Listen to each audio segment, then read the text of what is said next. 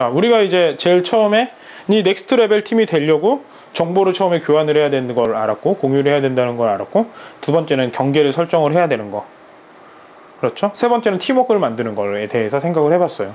그래서 두 번째는 2단계에서는 그런 것들을 이제 우리가 알고 실행을 하다 보니까 여러 가지 문제들이 나타나게 될 건데, 그 문제들이 나타날 때는 어떻게 해결을 해야 되는지에 대해서 봤고, 이제 세 번째 숙달이라는 건 뭐냐면, 이제 자전거를 탄다면 처음에는 자전거는 이런 거고, 자전거에 대해서 본 거죠. 남들이 타는 것도 보고.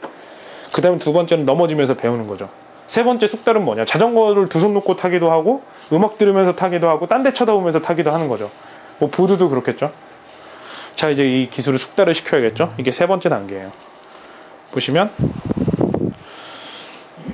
정보 활용과 변화 지속, 그러니까 최고 경영진과 팀 사이에 활용하는 정보가 일치하지 않는다면 모든 노력이 헛수고가 된다. 가족 오락관 옛날에 이거 있었거든요. 마이크 이거 쓰고 와서 계속 얘기하면 딴 얘기하고 딴 얘기하고 딴 얘기하는 거. 저는 이 가족 오락관 이걸 봤을 때 여기 제가 있고 승혁이 형이 여기 있는 것 같아요. 항상 얘기를 하면 딴 거 얘기하고, 어제도 얘기했는데 오늘 딴 얘기하고, 이렇게 되죠. 가장 승혁이 형이 생각해야 될 건 이거예요. 우리가 아무리 준비하고 뭘 다 하고 체계적인 조직을 만들었다 하더라도 내가 A를 얘기하는데 이 사람이 B 하면 끝나는 거예요. 그건 조직이 팀이라는 게 아닌 거예요.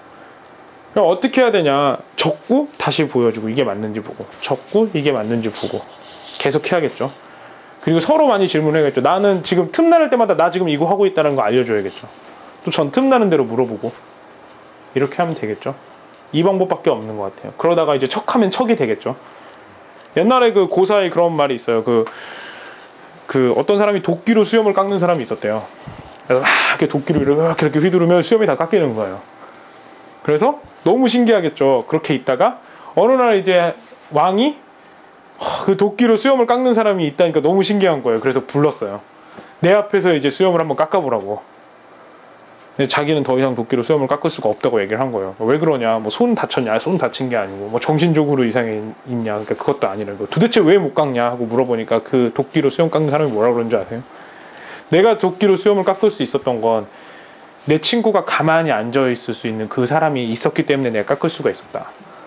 하지만 그 사람이 얼마 전에 병에 걸려서 죽어가지고 이젠 도끼로 수염을 깎을 수가 없다고 하더라고요. 그냥 도끼가 이렇게 휘두르면 얼마나 무섭겠어요. 피하면은 죽을 거 아니에요. 근데 그거를 딱 앉아서 이렇게 받아줬던 사람이 있었다고 하더라고요. 그 정도 팀워크가 돼야겠죠. 우리가 일을 할 때.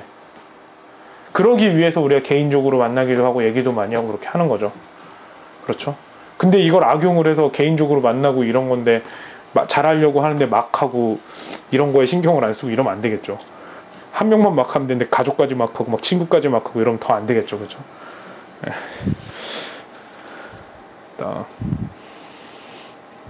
그 다음에 정보 공유 기술을 이제 좀 더 숙달을 시켜야겠죠. 우리가 이제 제일 처음에 정보를 공유를 해야 될 필요성을 알았고, 정보 공유에 대한 문제점이 있을 때는 어떻게 해결해야 되는 걸 알았으면, 그럼 우리는 어떻게 하면 정보 공유를 더 잘할 수 있는 방법에 대해서 생각을 해봐야겠죠.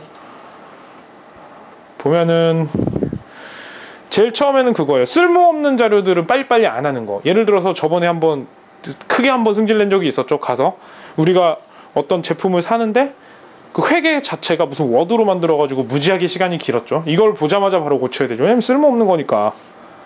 어느 시점에서 쓸모가 있고 어느 시점에 쓸모가 있는지 그 기준을 정해야겠죠. 그 기준을 정해서 이 정도면 됐고 이 정도면 아닌 것들, 아니면 표본 조사를 하겠죠. 원래 그런 거 같은 경우는 표본 조사를 하게 돼 있거든요. 어느 정도 지나가면 설문조사처럼.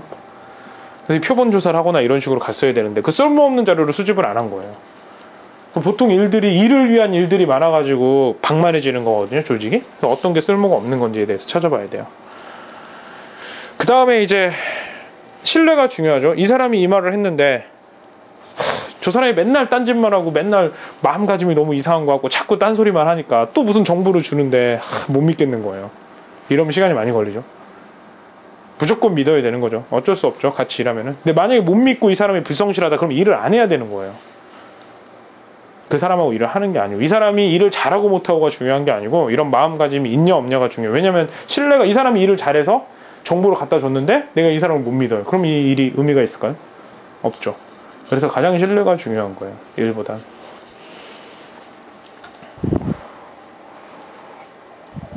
그 다음에 인력 유동성에 대해서 대비하기. 캠 블랜차드 같은 사람도 이런 얘기를 하죠. 오늘날과 같은 사회에서는 뭐 팀원이 수시로 교체될 수밖에 없다. 그러니까 자주 고용이 되고 자주 나갈 수밖에 없는 구조다. 왜냐면 일들이 계속 바뀌는데 오늘 이제 우리가 정육점을 하기로 했는데 갑자기 그게 기계로 대치돼서 더 이상 고기를 썰 수 없다면 고기 제일 잘 써는 사람이 과연 우리한테 필요할 건가? 아니면 그 사람이 그 재능을 있어서 다른 데로 취직을 하는 게 나을지. 고기 대신 저게 파 써는 일이 있는데 차라리 이 사람은 파 써는 게 낫지. 우리는 예를 들어서 딴 걸 하려고 하는데 이런 게 생기는 거죠. 그래서 문화에 맞지 않은 사람들, 이런 사람들은 저희랑 건강하게 이별을 해야 되는 거죠. 더 이상 안 좋은 일이 벌어지기 전에.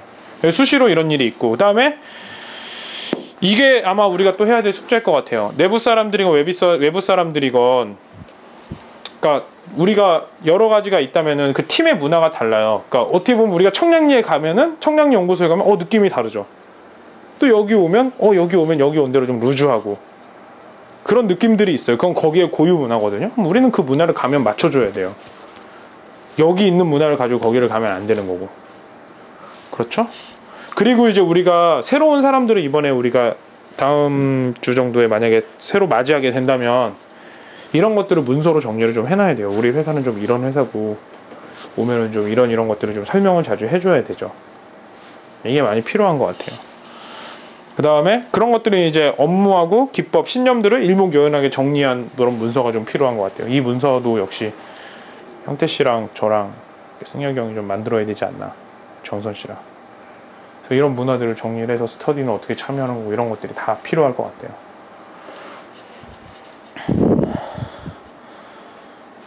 그 다음에 경계에 대처하기. 그 기존의 경계 안에서는 아무리 힘들게 추진해도 뭐 소용이 없다. 경계에 대해서 이제 나오죠.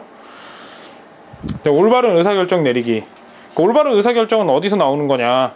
스스로 이제 체득한 가치 기준, 내 가치 기준과 신념, 그 다음에 조직 생활을 하면서 그 배웠던 그런 일하는 습관들. 이게 생각보다 무섭죠. 저는 이게 별로 안 무서울 줄 알았더니 형태 씨가 이걸로 지금 먹고 사는 거죠, 지금. 그 글로텍에서 같이 초기에 했었던 것들에 많이 영향을 받았고, 또 승혁이 형이 제가 잘못하는 것들을 많이 배워가지고 많이 고전하는 경우도 있고, 그렇죠. 또 대신 또 잘하는 거 학습하고 이런 것도 배워서 또 잘하는 경우도 있고, 그렇죠. 그래서 이제 비전의 방향을 잘 제시했다고 하는 건 뭐냐? 개인이나 조직적 가치 기준이 도덕적 윤리적 의사결정의 근간이 된다면, 그러니까 우리가 하는 행동들이 도덕적이랑 윤리적이라면, 그러면 이제 우리 비전은 좋은 비전이고 좋은 목표를 향해서 가고 있다라고 얘기를 하는 거죠. 그래서 항상 우리가 하는 일들이 올바른 일이고 그걸 사람들에게 도움을 주고, 이게 바로 우리 윤리죠. 거기에 따라서 어떤 서비스를 하겠다가 되는 거잖아요. 그래서 이런 것들이 가장 중요하다는 거죠. 그래서 회사를 이렇게 다니는 사람들 보면 당신의 회사의 비전이 뭡니까? 당신은 왜 이런 일을 합니까? 당신의 목표는 뭡니까? 그 얘기에 대답을 못하는 사람이 90%가 넘는다고 하죠. 우리는 항상 그거를 머릿속에 넣어두고 있어야 돼요. 그래서 우리가 무슨 일을 할 때 그것들을 읊어보면서 그거랑 맞는지 틀린지에 대해서 생각을 해보면 답이 좀 잘 나와요. 그 다음에 이제 서로가 서로에게 비즈니스 파트너처럼 생각을 해야 된다. 팀원들은 다양한 사례를 직접 관찰함으로써 최고 경영진이 알지 못하는 문제들을 볼 수가 있죠. 예를 들어서 로드 마케팅을 해서 본다면은 저는 로드 마케팅 안 했으니까 더 모르는 거죠. 그런 정보들은 한 사람이 더 잘 알죠. 그렇죠? 이 디자인이나 뭐나 이거 해본 사람이 더 잘하는 거죠. 제가 잘하는 게 아니고. 그래서 이런 사람들은 이 정보를 어떻게 하면 더 정리해서 잘 전달을 해줄까, 여기에 포커스를 맞춰야 되는 거고. 이제 만약 최고 경영진 같은 경우는 뭐 산업 추세, 그 다음에 회사 영향에 미치는 뭐 세계적인 사건들의 폭넓은 식견들, 그 다음에 거시적으로 어떻게 돌아가고 우리가 비전으로나 앞으로 어떤 큰 방향으로 어떻게 가야 되는지, 이런 것들을 많이 알고 있죠. 이런 것들을 항상 공유를 해야 되는, 쌍방향으로 통신이 가능해야 된다는 거죠. 그래서 정리가 필요한 거예요, 다. 그렇죠?